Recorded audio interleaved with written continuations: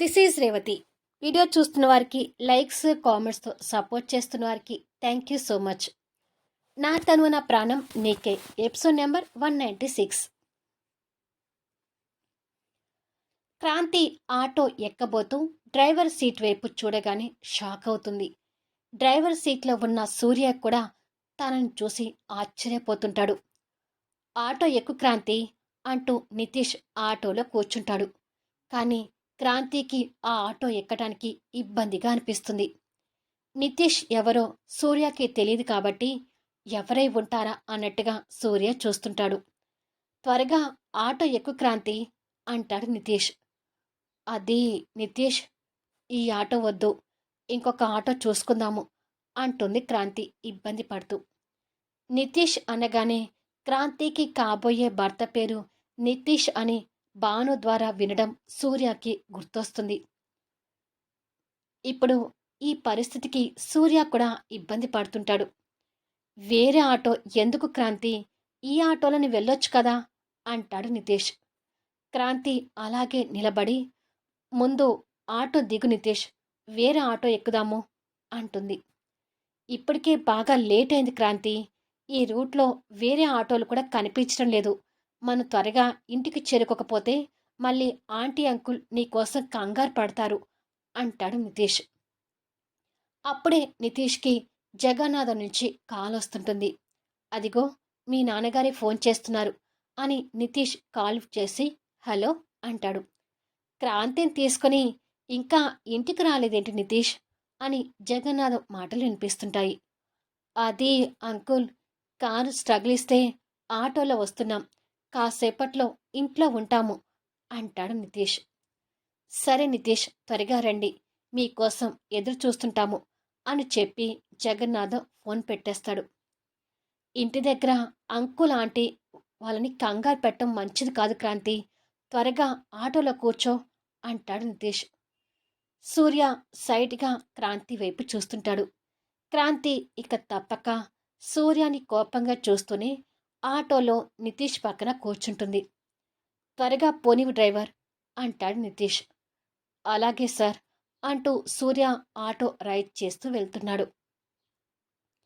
అన్నట్టు క్రాంతి, పెళ్లి తర్వాత హనీమూన్ అంటూ వెళ్తారు కదా, కానీ మనకు మాత్రం అమెరికాని హనీమూన్ అవుతుంది. కానీ క్రాంతి, ఇంకా నీకేమైనా చూడదగ్గ ప్రదేశాలు ఉంటే చెప్పు, మన పెళ్లి కాగానే నిన్ను తీసుకెళ్తాను అంటాడు నితీష్.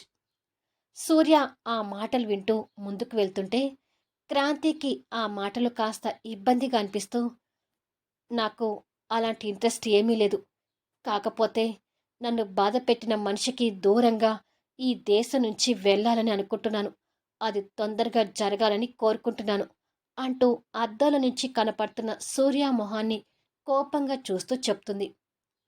సూర్యకి కూడా అద్దాల నుంచి క్రాంతి కనిపిస్తుంటే తన కోపాన్ని చూస్తుంటాడు. ఓ, ఆ సూర్య గురించి అంటున్నావా అంటాడు నితీష్. అవును అంటుంది సీరియస్గా చూస్తూ. మన పెళ్ళి కానివ్వు క్రాంతి, నా ప్రేమతో ఆ సూర్య పేరు కూడా నీకు గుర్తు రాకుండా చేస్తాను అంటాడు నితీష్.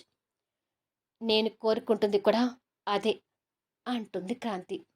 సూర్య ఆ మాటలు వింటూ బాధపడుతూ మౌనంగా డ్రైవింగ్ చేస్తూ వెళ్తుంటే, ఇక్కడ ఆపు డ్రైవర్ అంటాడు నితీష్. వెంటనే సూర్య అక్కడ ఆటో ఆపుతాడు. అక్కడ ఎందుకు ఆపమన్నాడో సూర్యకి అర్థం కానట్టుగా చూస్తూ ఉంటాడు. ఇక్కడ ఎందుకు ఆపమన్నావు అని అడుగుతుంది క్రాంతి. వెయిట్, ఇప్పుడే వస్తాను అని చెప్పి నితీష్ ఆటో దిగి వెళ్తుంటాడు. ఎక్కడికి వెళ్తున్నాడు అనుకుంటూ ఇద్దరు ఆశ్చర్యంగా చూస్తూ ఉండగానే నితీష్ అక్కడ ఉన్న పూల మార్కెట్ దగ్గరికి వెళ్ళి మల్లెపూలు కొంటూ ఉంటాడు. దీనికా ఆపమంది అని ఇద్దరు అనుకుంటారు. క్రాంతి వెయిట్ చేస్తూ అద్దాల నుంచి సూర్యని చూస్తుంటుంది.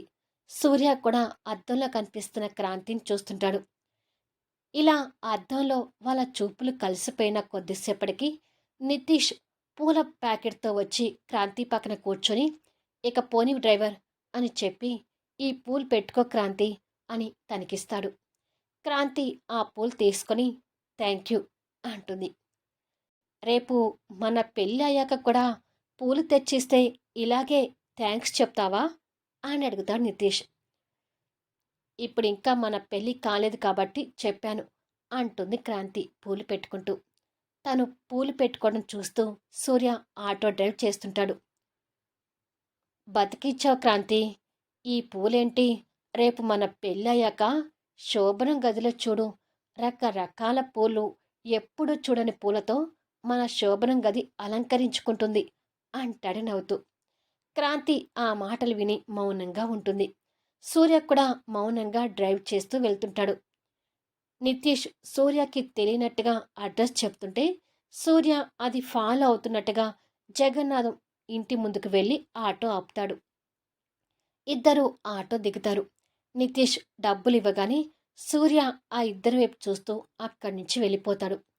సూర్య వెళ్ళిపోగానే క్రాంతి నితీష్ని కోపంగా చూస్తూ, మిస్టర్ నితీష్, పరాయి వాళ్ళ ముందు ఎలా మెలగాలో తెలీదా? శోభనం గది గురించి ఆటోలో మాట్లాడుకోవడం అవసరమా అంటూ సీరియస్ అవుతుంది. సారీ క్రాంతి, ఏదో నీతో చనువు పెంచుకోవాలనే ఉద్దేశంతో అలా మాట్లాడాను.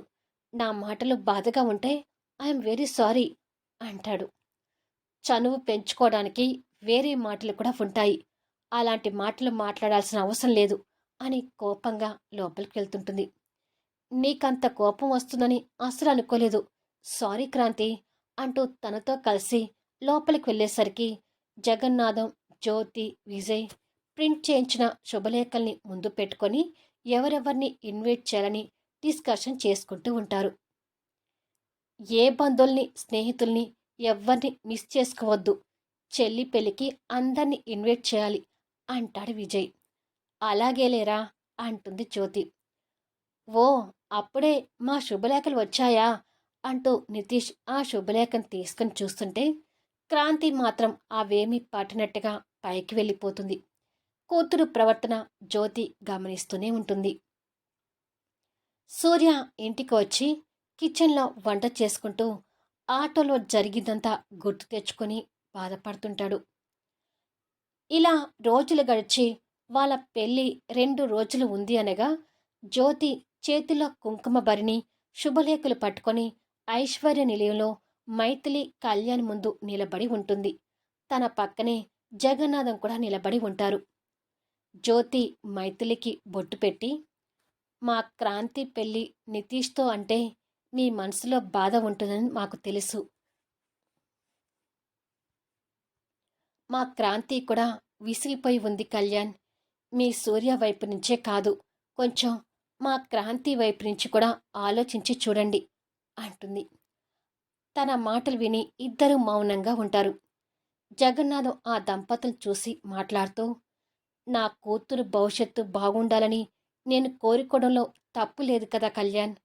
నా కూతురు జీవితం అష్ట ఐశ్వర్యాలతో సంతోషంగా ఉండాలని కోరుకుంటున్నాను. నా కూతురు అలా సంతోషంగా ఉండాలంటే నా అల్లుడిగా సూర్య నాకు తగ్గిన వాడు కాదని మీకు మళ్ళీ చెప్తున్నాను. మనసులో ఏ దురుద్దేశం పెట్టుకోకుండా నా కూతురు పెళ్లికి రండి. మీరు తన పెళ్లికి రావాలని నా కూతురు కూడా ఆశపడుతుంది. దయచేసి నా కూతురు కోరిక మా కోరిక కాదనకండి అని కళ్యాణ్ చేతులు పట్టుకొని ఆహ్వానిస్తాడు. సరేనండి, తప్పకుండా వస్తాము అంటాడు కళ్యాణ్ మనసులో బాధపడుతూనే. మీ బాబు చెర్రీ కనిపించలేదేంటి? స్కూల్కి వెళ్ళి ఇంకా రాలేదా అని అడుగుతుంది జ్యోతి. రాలేదండి, వాడు రావడానికి ఇంకాస్త టైం పడుతుంది అంటుంది మైథిలి. చెర్రీని కూడా మీతో పాటు తప్పకుండా తీసుకురండి అంటుంది జ్యోతి. అలాగే అంటుంది మైథిలి మనసులో బాధపడుతూనే. అన్నట్టు కళ్యాణ్ మరొక విషయం, క్రాంతి ఇన్విటేషన్ కార్డ్స్ని అర్జున్కి, మోహన్ వాళ్ళకి, సాక్షికి కూడా ఇవ్వమని చెప్పింది. వాళ్ళకు కూడా విజయ్తో పంపించాను. అందరినీ కలుపుకొని తీసుకుని వచ్చే బాధ్యత నీదే కళ్యాణ్ అంటుంది జ్యోతి. సరేనండి అంటాడు కళ్యాణ్. ఇక వెళ్ళొస్తాము అని చెప్పి బయలుదేరుతారు. అంటే ఒక్క సూర్యకి తప్ప మనకు తెలిసిన వాళ్ళందరికీ కూడా ఇన్విటేషన్ కార్డ్స్ వెళ్ళాయన్నమాట అంటాడు కళ్యాణ్. అసలు ఇప్పుడు సూర్యని తలుచుకుంటే మనసు తరుక్కుపోతుంది కళ్యాణ్ అంటుంది మైథిలి బాధపడుతూ. బాధని దిగమిగుకోవడం తప్ప చేసేది ఏమీ లేదు మైథిలి అంటూ కళ్యాణ్ మౌనంగా అక్కడి నుంచి వెళ్ళిపోతాడు. మైథిలి చేతిలో ఉన్న ఇన్విటేషన్ కార్డ్ ఓపెన్ చేసి క్రాంతి పేరు చూసుకొని నితీష్ స్థానంలో సూర్య పేరుని ఊహించుకుంటూ బాధపడుతుంటుంది.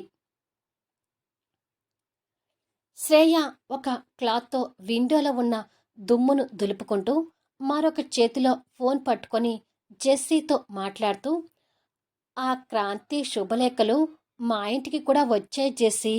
ఆ క్రాంతి నీకేమైనా ఇన్విటేషన్ పంపించిందా అని అడుగుతుంది.